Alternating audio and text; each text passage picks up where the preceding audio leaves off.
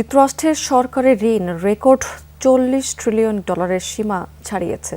বাড়ছে সুদের হার এবং বাজেট ঘাটতি।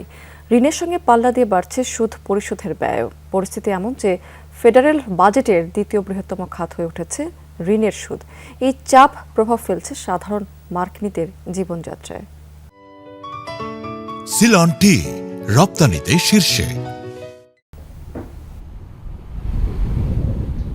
মার্কিন ট্রেজারি বিভাগের হিসেবে যুক্তরাষ্ট্রের ইতিহাসে প্রথমবারের মতো ঋণ পেরিয়েছে $40 ট্রিলিয়ন মাইল ফলক। সুদের সঙ্গে পাল্লা দিয়ে বাড়ছে সুদ পরিশোধের ব্যয়ও। গৃহীত ঋণের সুদ পরিশোধেই বছরে গচ্ছা দিতে হচ্ছে $1.1 ট্রিলিয়ন।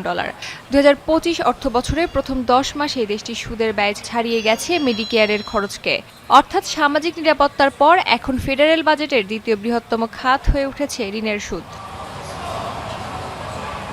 সরকারের এই বিপুল ঋণ নেওয়ার প্রভাব পড়েছে সাধারণ মানুষের উপরেও। বাড়ছে মর্গেজ, গাড়ির ঋণ ও ক্রেডিট কার্ডের সুদের হার। আগামী বছর চাপ আরও বাড়বে বলেও সতর্ক বার্তা দিয়েছে বিশ্লেষকরা। সংকট মোকাবেলায় কর ও সরকারি ব্যয়ের সমন্বয়ে ধীরে ধীরে বাজেট ঘাটতি কমানোর পরামর্শ তাদের। National debt at $40 trillion is a major milestone for us. মার্কিন সরকার প্রতিদিন শুধু ঋণের সুদ পরিশোধে ব্যয় করছে $3 বিলিয়ন বেশি। আগামী এক দশকে এই ব্যয় পৌঁছাতে পারে প্রায় $16 ট্রিলিয়ন। কারণ একাধিক বয়স্ক মানুষের সংখ্যা বাড়ছে, স্বাস্থ্যসেবার খরচও ঊর্ধ্বমুখী, সামাজিক নিরাপত্তা কর্মসূচিতে ব্যয় বাড়ছে। এর বিপরীতে কর কমানোর কারণে সরকারের রাজস্ব চাপের মুখে। 10,000 Americans are turning 65 every day. মূল্যস্ফীতি নিয়েও উদ্বেগ রয়েছে নীতি নির্ধারকদের মধ্যে। সে কারণে সুদের হার বাড়ানোর পক্ষে ফেডারেল রিজার্ভ। যদিও বিপরীত অবস্থান মার্কিন প্রেসিডেন্ট ডোনাল্ড ট্রাম্পের। তার দাবি কৃত্রিমভাবে বাড়ানো হয়েছে বর্তমান সুদের হার।